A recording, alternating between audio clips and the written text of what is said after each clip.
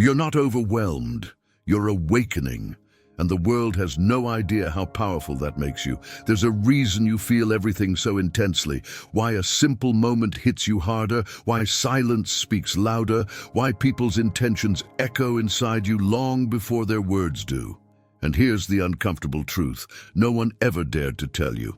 What you call being sensitive is actually a form of perception most people will never develop. Not because they can't, but because they've numbed themselves to survive. But you stayed open, and that openness is your advantage. In the next minutes, you'll understand why your depth isn't a flaw.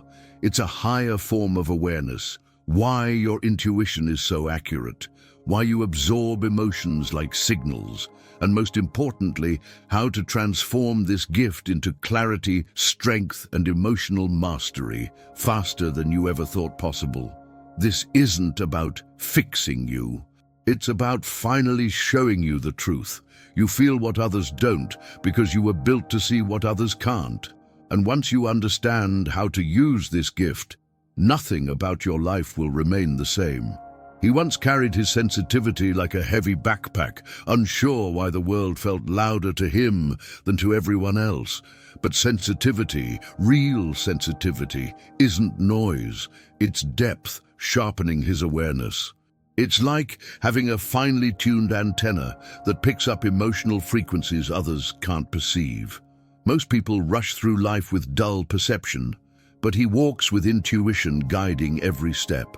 And though that depth once felt like weight, it was actually insight in disguise.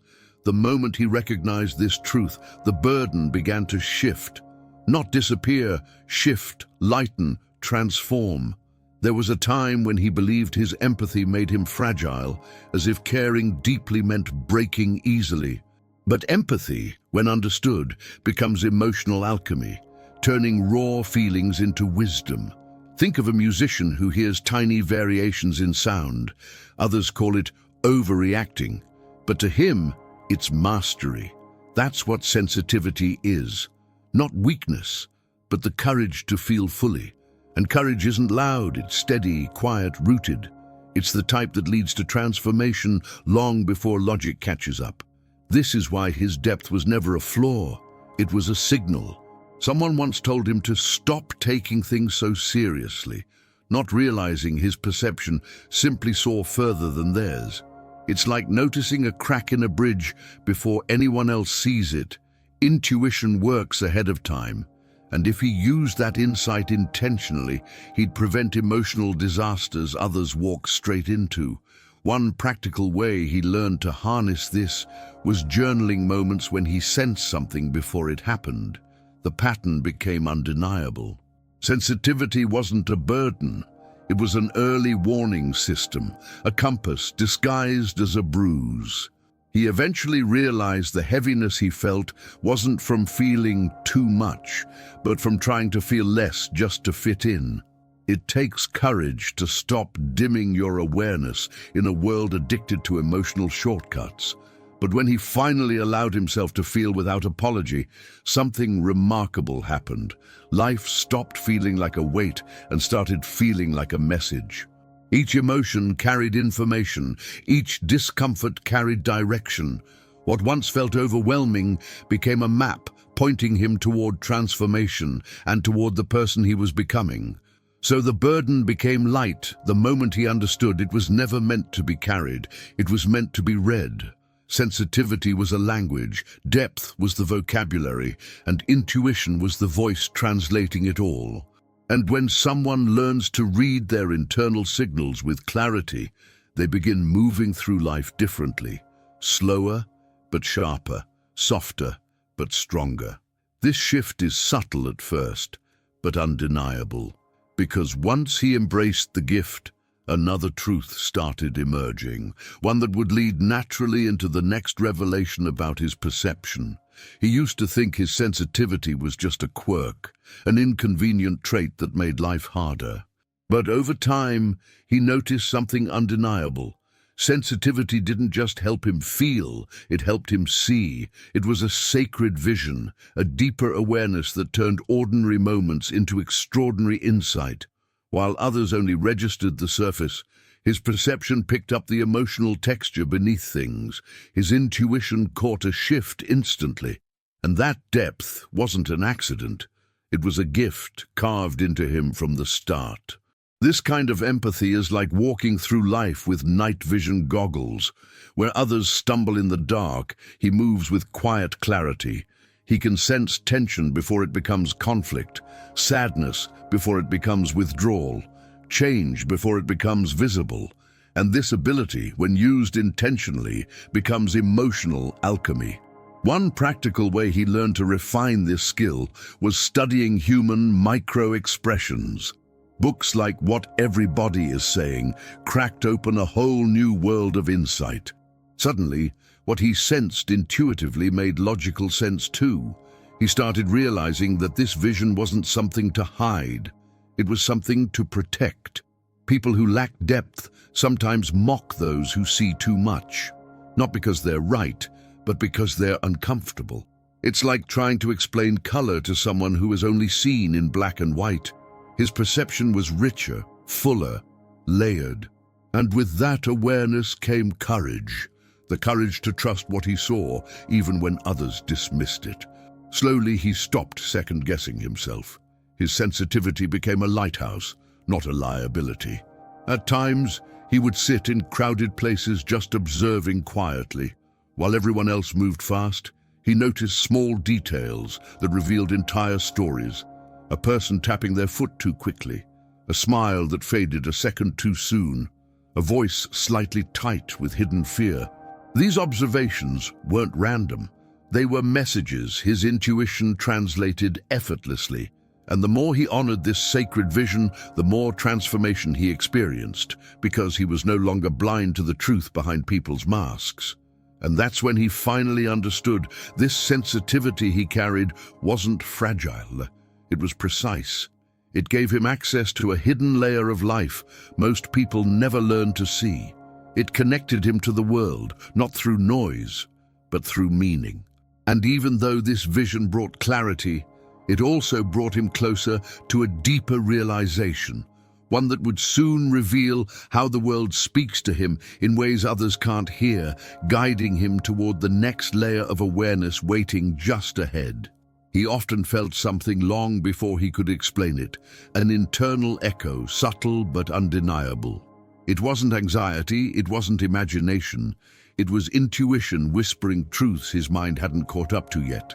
This inner echo worked like a spiritual radar, vibrating whenever something was off, or beautiful, or meaningful.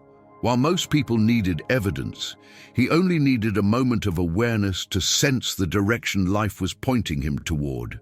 This depth wasn't random, it was built into him, and with every echo he gained another layer of insight. Sometimes he would meet someone and instantly feel their emotional temperature, warm, tense, guarded, genuine. No words were needed. His empathy translated the unspoken. This is what emotional alchemy looks like in practice, the ability to refine raw perception into clarity. And the fascinating part is how reliable it becomes over time. He began writing down moments where his gut feeling was right and the pattern was impossible to deny. The echo within wasn't guessing. It was guiding. He realized this echo didn't speak in sentences, it spoke in sensations. A tightening in the chest, a spark of excitement, a sudden pause. And these sensations worked like signposts pointing him toward transformation. One practical method he used to strengthen this connection was meditation, sitting still for 5 minutes and simply noticing what rose to the surface. The stiller he became, the louder the echo grew. Intuition wasn't mystical, it was perception sharpened by depth. There were moments when life became noisy and he ignored the echo. Those were the moments he regretted most. It's like walking into a room where the lights are off, even though he knows he has a flashlight in his pocket. His intuition was always available, but not always honored. And honoring it requires courage. The courage to trust himself even when others don't see what he sees. But every time he followed that inner echo, life aligned in ways that felt almost uncanny. Over time, he began to understand that the echo within wasn't just a feeling, it was a relationship. The more he listened, the more it spoke. The more he trusted, the clearer it became. And this relationship soon began revealing something deeper, that this inner voice didn't just react to the world, it translated it. It illuminated the unseen threads woven through every moment. And in recognizing this, he stepped closer to another realization waiting ahead. He eventually noticed something remarkable. Emotions didn't just pass through him. They changed inside him. What entered as pain often left as insight. What arrived as confusion left as clarity. This wasn't accidental, it was emotional alchemy. His sensitivity allowed him not only to feel deeply but to process deeply, turning raw experience into understanding. Others avoided discomfort, but he transformed it. It was as if every challenge carried a hidden blueprint for growth. When disappointment hit, he didn't numb it. He examined it. Like a craftsman working gold, he shaped the emotion into something useful: awareness, empathy, perception. While others drowned in frustration, he extracted insight. One practical way he harnessed this was asking himself, "What is this feeling trying to teach me?" And surprisingly, the answer always emerged. Sometimes the lesson was about boundaries, sometimes about courage. Every emotion contained a seed of wisdom. This alchemy became even clearer when he faced heartbreak. Most people see heartbreak as destruction, but he experienced it as reconstruction. The old version of him cracked open, revealing layers he didn't know existed. He learned that depth isn't built through comfort, it's shaped through the heat of experience. Just like pressure forms diamonds, emotional heat forms understanding. Instead of becoming bitter, he became perceptive. He also realized that emotional alchemy doesn't require dramatic life events. It happens in quiet moments too. A misunderstanding with a friend, a day that didn't go as planned, a sudden wave of insecurity. In these moments, he practiced turning perception inward, not to judge himself, but to interpret himself. That practice alone deepened his awareness. Emotions became messages, not threats, signals, not storms. Over time, he understood that emotional alchemy wasn't just a process, it was a power few people ever learn to use. Most feel emotions, few refine them. Most react, few translate. He became one of the few. And as this skill grew, something else began to emerge just beneath the surface, an understanding of invisible connections he sensed in others, threads others never noticed.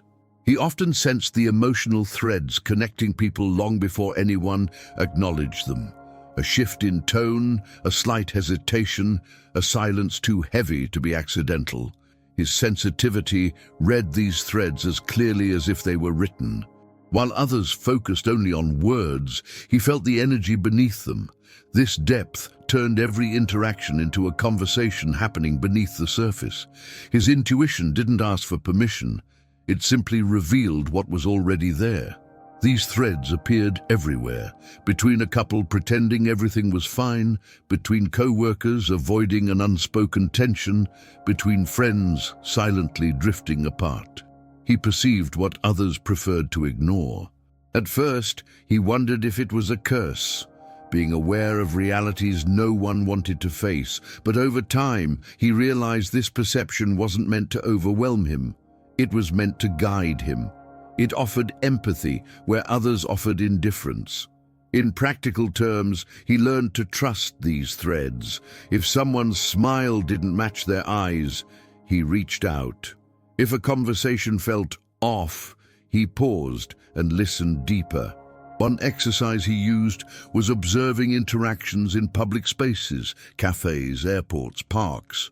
With quiet awareness, he'd notice micro-signals. A hand pulled away too quickly, a laugh masking insecurity. Each observation sharpened his intuition. What he loved most about sensing these threads was how they revealed the humanity in everyone. Beneath confidence, he saw fear. Beneath anger, he saw hurt. Beneath indifference, he saw longing. This level of perception didn't harden him, it softened him. It gave him the courage to be kind even when others weren't. And it deepened his transformation, because the more he understood others, the more he understood himself. Slowly, he realized these threads didn't just show him others, they showed him where he belonged, who aligned with his depth and who drained his energy. They became a compass pointing toward authentic connection. And this ability would soon teach him something even more powerful. That staying open, despite the risks, is one of the greatest acts of courage a sensitive soul can take. He learned early that staying open in a world that rewards emotional armor is an act of quiet rebellion. Most people close themselves off because it feels safer, less vulnerability, less risk, less pain. But he discovered something counterintuitive. Sensitivity isn't what weakens someone. Fear is. His depth allowed him to feel the world vividly, and that vividness required courage, the kind that whispers, "Stay open anyway." People often mistook his empathy for naivety, not realizing it took more strength to remain soft than to turn cold. He wasn't fragile, he was intentional. Choosing openness was like walking without armor, trusting his intuition to guide him. One practice he adopted was responding gently when others reacted harshly.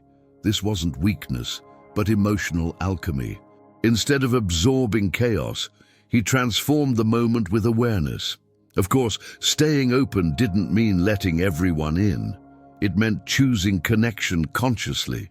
He learned to pay attention to how his body responded around people, whether his chest tightened or loosened, whether his energy rose or dimmed.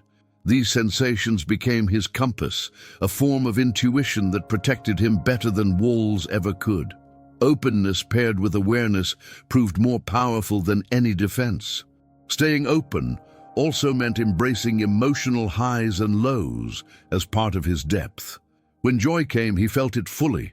When sadness arrived, he didn't run. Instead, he let emotions flow, trusting his perception to extract meaning. This willingness to feel everything turned experiences into insight. People often asked how he remained calm during storms. Storms cannot break someone who has learned to stand in the rain without closing their heart. And as he continued to choose openness, life responded. The right people found him. Conversations deepened, opportunities aligned. His courage created space for authenticity. But openness carries another gift too. When you remain open, you gain the ability to walk between worlds, the spoken and the unspoken. And this bridge would lead him into the next realization. As he grew into his sensitivity, he realized he didn't live only in the physical world. He lived in the emotional one too. He walked between what people said and what they meant, between expressions and intentions. This ability, born from depth and intuition, allowed him to navigate life with dual awareness. It was like reading two books at once, the one you see and the one hidden beneath. This in-between space wasn't confusing, it was home. When someone insisted they were fine, but their energy trembled, he felt it. When someone praised him with forced enthusiasm, his perception caught the restraint. Empathy gave him entry into the emotional world, but awareness allowed him to translate it, and this translation shaped his decisions. If something felt off, he trusted that. Most people interpret the literal, but he couldn't help reading the symbolic. A hesitation became a metaphor, a sigh became a story, a pattern became a warning. This emotional alchemy allowed him to make connections that seemed mystical, though they were simply the product of heightened perception. Seeing truth required courage, the courage to acknowledge it. He also learned this ability wasn't meant to isolate him. It was meant to guide him. The emotional world showed him where he was needed, where he wasn't, and where his presence mattered. In moments of tension, he'd slow his breathing and let his awareness interpret the room. This small act granted him insight that others gained only after conflict erupted. Living between worlds taught him that truth rarely speaks loudly. It whispers, it nudges, it pulls, and he was one of the rare few who could hear it. But this gift carried another realization. His intensity wasn't something to hide, but something to follow. Every whisper pointed him toward another layer of understanding. He eventually noticed something most people never realize. His depth wasn't just emotional, it was directional. While others navigated by external signs, he navigated by internal ones. His sensitivity told him when something aligned with his truth and when it didn't. If a situation drained him, his intuition pulled back. If a person felt genuine, his awareness leaned in. His inner direction was subtle, but powerful. Depth works like an internal GPS. It recalculates every time he ignores it. He learned this through tension, through misalignment, through emotional fatigue. Whenever he forced himself into environments that felt wrong, discomfort followed. But when he followed quiet signals, those instinctive emotional shifts, life flowed smoother. Paying attention to energy became his way of reading the map. He realized his empathy helped him recognize which paths were meaningful. Most people chase goals that look good.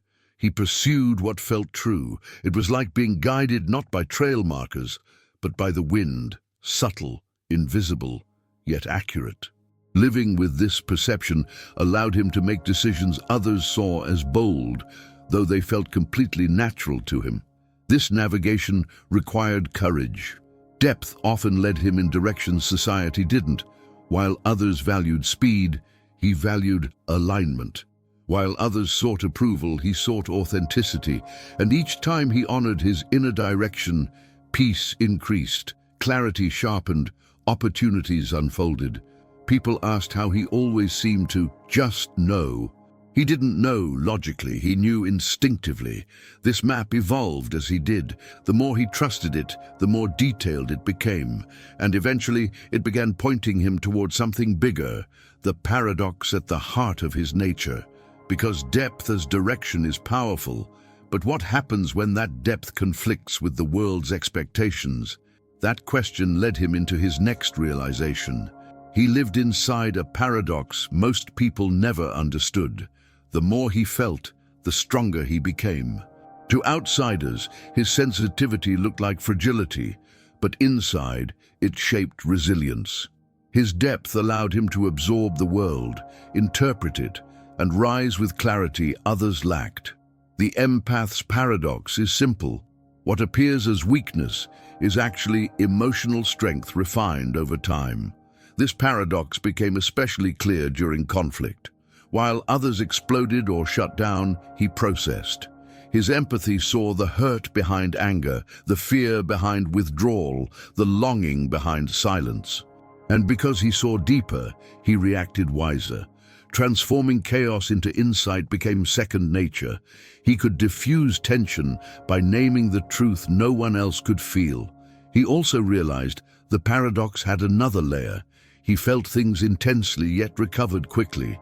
Because he didn't resist emotion, he moved through it.